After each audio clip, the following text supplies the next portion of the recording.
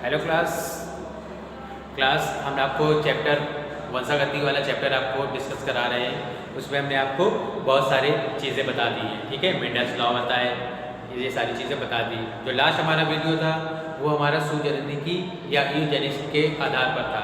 ठीक है, और इसमें हमने आपको ट्विंस के बारे में बताया था या जुड़वा बच्चों के बारे में बताया था। ठीक है, जो आज का हमारा टॉपिक है वो हमारा है सहलग्नता। ठीक है, सहलग्नता या इंग्लिश में हम इसको कहते हैं लिंकेज। क्या बोलते हैं? लिंकेज कहा जाता है। ठीक है, अब लिंकेज होता क्या है? जैसे कि मेंडल ने क्या बताया था, मेंडल ने अपने नियम दिया था। उन्होंने गुणसूत्र के आधार पर और जीन्स के आधार पर ही अपने लक्षणों को समावेश किया था और अपने नियम दिए थे। ठीक है, लेकिन कभी कभी क्या होते हैं, जो इसमें जो कैरेक्टर्स होते हैं वो नहीं आ पाते हैं, है ना। ठीक है, तो इसमें क्या है, इन्होंने जो मेंडल ने अपना एक नियम दिया था, स्वतंत्र अवयव का नियम। ठीक है, तो उसके आधार पर इन्होंने बहुत सारे ऐसे चीज़ें बताई थी। अब सहलग्नता क्या होती है, कभी कभी जो स्वतंत्र अवयवन है, मतलब पूरी तरीके से वो जो कैरेक्टर्स होते हैं या जीन्स होते हैं, गुणसूत्र होते हैं, वो स्वतंत्र नहीं हो पाते किसी कारणवश। ठीक है, तो वो सारी चीज़ें क्या आती हैं, सहलग्नता के अंतर्गत आती है या लिंकेज के अंतर्गत आती है। इसमें क्या होता है, जब दो या दो से अधिक जीन्स एक ही गुणसूत्र पर तथा एक दूसरे के पास स्थित होते हैं तथा यह स्वतंत्र अवयवन को नहीं दिखाते बल्कि एक साथ वंशानुगत हो जाते हैं। ठीक है, तो इस तरह के जो लक्षण होते हैं, कैरेक्टर होते हैं, वो लिंकेज या सहलग्नता के अंतर्गत आते हैं। ठीक है, इसमें क्या होता है, एक ही लक्षण होते हैं। ठीक है, लेकिन जीन्स में और गुणसूत्र क्या होते हैं, दोनों अलग अलग एक दूसरे पर नहीं होते हैं, लेकिन ये क्या है, स्वतंत्र अवयव को नहीं दर्शाते हैं और ये धीरे धीरे क्या हो जाते हैं, वंशागत हो जाते हैं। तो ये जो वंशागत हो जाते हैं लक्षण, कैरेक्टर्स मीन्स एक पीढ़ी से अगली पीढ़ी में प्रसारित हो जाते हैं। तो इस प्रकार की जो चीज़ें होती है वो सहलग्नता के अंतर्गत या लिंकेज के अंतर्गत आती है। ठीक है, इसमें बहुत सारी चीज़ें ऐसे दी थी जो अब सहलग्न जीन या असहलग्न जीन क्या होते हैं। ठीक है, सहलग्न जीन और असहलग्न जीन के बारे में अगर हम बताएं तो क्या है, वे जीन जो असमजात गुणसूत्रों पर स्थित होते हैं वो क्या करते हैं, स्वतंत्र अवयव का जो नियम है उसका पालन करते हैं, वो हमारा क्या कहलाता है, असहलग्न जीन कहलाता है। ठीक है, मीन्स क्या है, जो असमजात गुणसूत्र होते हैं, मतलब सेम ना होकर, जैसे मान लीजिए मनुष्य का जो गुणसूत्र है एक्स और वाई है और एक्स और एक्स है, तो एक्स और वाई क्या है, दोनों असमजात है, मीन्स दोनों सेम जीन नहीं है। ठीक है, और वो किसका पालन करते हैं, स्वतंत्र अवयव के नियम का पालन करते हैं। तो इस टाइप के जो जीन कहलाते हैं वो क्या कहलाते हैं, असहलग्न जीन कहलाते हैं। और इसका अगर हम अनुपात देखें तो जो हमारा मेंडल ने द्विसंकर क्रॉस दिया था उसका जो रेशियो बना था 9:3:3:1 का रेशियो बना था, तो ये क्या है, इसका पालन करता है। और इसी तरीके से ये चीज़ क्या कहलाती है, असहलग्न जीन कहलाती है। ठीक है, अब सहलग्न जीन क्या होता है या लिंक्ड जीन क्या होते हैं, इसमें क्या होता है, इसका जो खोज की थी या इसके बारे में बताया था TH मॉर्गन, एक साइंटिस्ट थे मॉर्गन। ठीक है, जिन्होंने इस सहलग्न जीन को बताया था। ठीक, इन्होंने अपने प्रयोगों द्वारा सिद्ध किया था कि जीन पर स्थित क्या होते हैं, सिद्ध किया कि जो जीन पर स्थित होते हैं। और नंबर 1 बताया था कि एक ही गुणसूत्र पर सभी जीन एक ही युग्मक में पाए जाने का प्रयत्न करते हैं, एक ही गुणसूत्र पर स्थित होते हैं। ठीक है, मीन्स क्या है, जो भी जीन उपस्थित होते हैं वो कहाँ पास होते हैं, गुणसूत्रों पर ही स्थित होते हैं और यही क्या करते हैं, गुणसूत्र का निर्धारण करते हैं, ये जीन का निर्धारण करते हैं। ठीक है, जो गुणसूत्र होते हैं वही जीन का निर्धारण करते हैं और उसी के बाद जो पीढ़ी दर पीढ़ी जो कैरेक्टर्स होते हैं वो कैसे प्रसारित होते हैं, धीरे धीरे आगे जाके प्रसारित होते हैं। तो इस प्रकार के जो जीन होते हैं वो सहलग्नी जीन कहलाते हैं। और एक ही गुणसूत्र पर स्थित जीनों में स्वतंत्र अवयव का नियम नहीं लागू होता है। ठीक है, मीन्स स्वतंत्र अवयव का जो नियम है वो नहीं काम करता है। ठीक है, क्योंकि ये जो कैरेक्टर्स हैं, इसके जो लक्षण हैं वो एक ही में रहते हैं, अलग अलग नहीं होते, स्वतंत्र नहीं होते। तो इस प्रकार के जो जीन होते हैं वो सहलग्नी जीन कहलाते हैं। ठीक है, अब सहलग्नता का गुणसूत्रीय सिद्धांत, ठीक है, क्या है, सहलग्नता का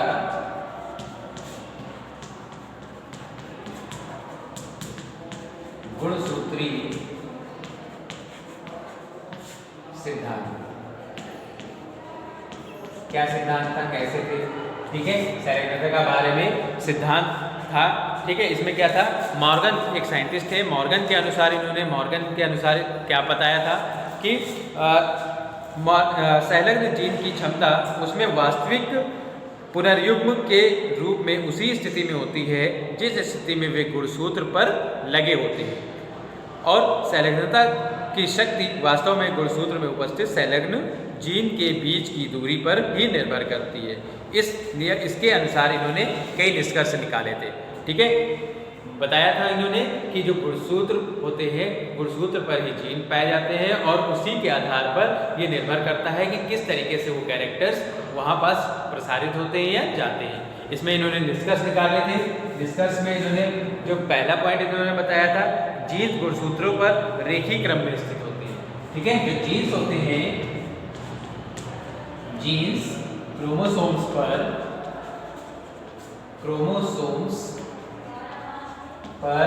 कैसे होते हैं, एक रेखीय रूप में स्थित होते हैं, मीन्स एक लीनियर लाइफ स्ट्रक्चर पाई जाती है, लीनियर, ठीक है, रूप में स्थित होते हैं, ठीक है। जो भी जीन्स होंगे वो क्रोमोसोम्स पर पाए जाते हैं, ठीक है। जितने भी जीन्स होते हैं वो क्रोमोसोम्स पर तो पाए जाते हैं, लेकिन कैसे पाए जाते हैं, एक लीनियर रेखा में, एक रैखिक रूप में ये प्रेजेंट होते हैं। सेकंड पॉइंट, जीन्स जो कि संलग्नता प्रदर्शित करते हैं एक ही गुणसूत्र पर स्थित होते हैं, ठीक है।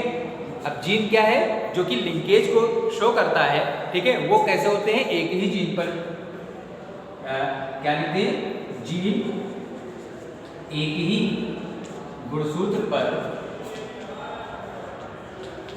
स्थित होते हैं, ठीक। ये हमारा दूसरा पॉइंट था। अगर थर्ड पॉइंट की हम बात करें तो थर्ड पॉइंट में इन्होंने बताया था कि जो संलग्न जीन्स होते हैं वंशागति के समय स्वतः मूल समूह में ही रहते हैं, ठीक है। जो संलग्नता जब चालू होती है तो उसमें जो प्रेजेंट होते हैं जीन, ठीक है, वो जीन क्या होते हैं, मूल रूप से क्या होते हैं, समूहों में ही प्रेजेंट होते हैं, ठीक है। तो जीन्स कैसे पाए जाते हैं, जीन्स ग्रुप में पाए जाते हैं, ठीक है। हमेशा वो कैसे होते हैं, ग्रुप में प्रेजेंट होते हैं या ग्रुप में पाए जाते हैं। पांचवें पॉइंट में इन्होंने बताया था कि जो पास में स्थित जीन होते हैं, ठीक है, जो बहुत ही निकट जो जीन प्रेजेंट होते हैं, पाए जाते हैं, वो क्या है, बहुत अधिक संलग्नता या लिंकेज को प्रदर्शित करते हैं, और जो संलग्न जीन एक दूसरे से अधिक दूरी पर होते हैं वो संलग्नता को प्रदर्शित नहीं करते हैं, ठीक है। तो ये क्या है, मतलब अगर पास का कोई भी जीन है तो वो संलग्नता अधिक प्रदर्शित करता है, ठीक है। लेकिन अगर जितनी अधिक दूरी वो बनाएगा उतनी दूर वो जाकर क्या होगा, संलग्नता को कम करेगा, ठीक है। अब नेक्स्ट पॉइंट की बात करें तो एक या अधिक जोड़े के प्रभावी जीन एक गुणसूत्र पर और उनके अप्रभावी एलील्स जोड़े दूसरे गुणसूत्र पर स्थित होते हैं। जैसे कि प्रभावी और अप्रभावी लक्षण हमने पहले बताए थे। अगर वो प्रभावी लक्षण है तो वो एक अलग जीन पर स्थित होगा, ठीक है, गुणसूत्रों के जीन पर होगा, और जो अप्रभावी या रिसेसिव कैरेक्टर्स होते हैं वो अलग जीन पर या अलग गुणसूत्र पर स्थित होते हैं, ठीक है। तो इस तरीके से इन्होंने ये सारे पॉइंट्स बताए थे और गुणसूत्रीय सिद्धांत दिया था। अब संलग्नता के टाइप क्या क्या होते हैं ये हम आपको बताएं। कितने टाइप होते हैं, टाइप्स ऑफ लिंकेज, ठीक। संलग्नता के कितने प्रकार होते हैं, संलग्नता को मुख्य बांटा गया है, ठीक है, इन्हें दो प्रकार से बांटा गया है, ठीक। दो तरीके से इनको बांटा गया है लिंकेज को। पहला हमारा होता है पूर्ण संलग्नता,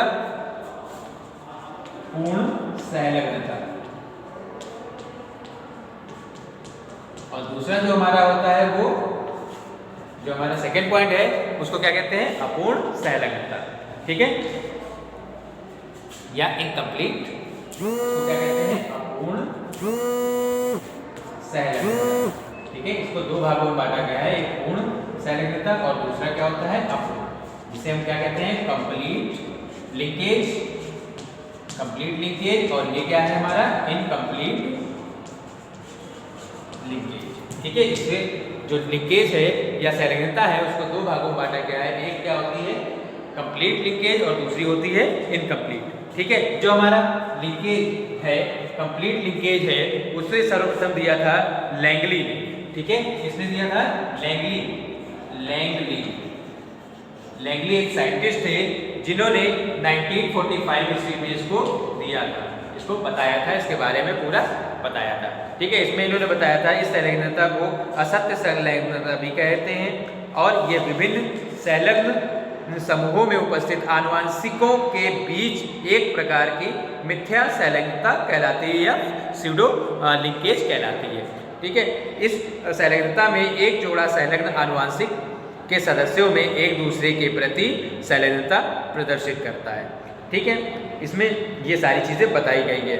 अगर हम जोड़ों की बात करें, जैसे हम मान लीजिए मक्का की बात करते हैं, मक्का में गुणसूत्र की जोड़ों की संख्या जो होती है वो 10 होती है, तो संलग्न समूहों की संख्या कितनी होगी, वो भी 10 होगी। मीन्स जितने भी गुणसूत्र होंगे वो क्या है, वही उसमें जो संख्या होगी, गुणसूत्रों की संख्या होगी और जो समूहों की संख्या होगी वो सेम होगी, ठीक।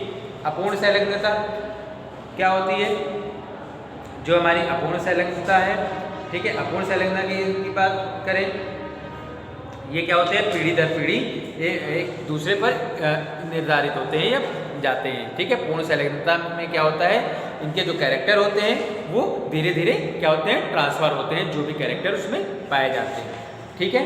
अगर हम ड्रोसोफिला की बात करें तो ड्रोसोफिला एक मक्खी है जिसमें अगर हम उसको देखेंगे तो उसकी आँख का रंग किस तरीके का है। अगर उसमें हम क्या कराएं, रिप्रोडक्शन की क्रिया कराएं, ठीक है, अगर उसमें दोनों का फ्यूज़ कराएं तो जो हमारी नेक्स्ट पीढ़ी होगी वो भी कैसी होगी, अगर वो अच्छी कैटेगरी में आ रही है तो वो नेक्स्ट भी अच्छी हो, ठीक है। अब अपूर्ण संलग्नता क्या होती है, जीन विनिमय या जो जिसे हम क्रॉसिंग ओवर कहते हैं, उसके द्वारा जब संलग्न जीन के अलग अलग होते हैं, उनके क्या है अलग अलग होने की संभावना बहुत अधिक हो जाती है, तो इसमें क्या, इसे क्या कहते हैं, अपूर्ण संलग्नता कहते हैं, ठीक है। तो ये हमारी अपूर्ण संलग्नता कहलाती है, ठीक है। मक्का में जैसे अपूर्ण संलग्नता को दर्शाया गया है, अगर हम इस मक्का के बीज को भूरी प्रजाति के बीज से हम अगर कराएं, ठीक है, अगर हम क्या है जिसके बीज रंगीन और भरे हुए होते हैं और दूसरी किस्म के बीज रंगहीन और कम भरे हुए और सिकुड़े हुए होते हैं, इनके बीच अगर हम संकरण कराते हैं तो जो हमारा जीनोटाइप आता है तो वो क्या होता है, वो अलग ही एक नया जीनोटाइप बन के आता है। मीन्स अगर इनका हम बीच में संकरण कराएं तो इसकी जो नेक्स्ट पीढ़ी होगी, संतान होगी, वो भी क्या होगी, अगर वो अच्छे हैं तो अच्छी तरीके की वो संतानें पाई जाती हैं या होती हैं, ठीक है। तो ये हमारा क्या था, संलग्नता के बारे में था, ठीक है। तो आज की क्लास में इतना ही। Okay, have a good day.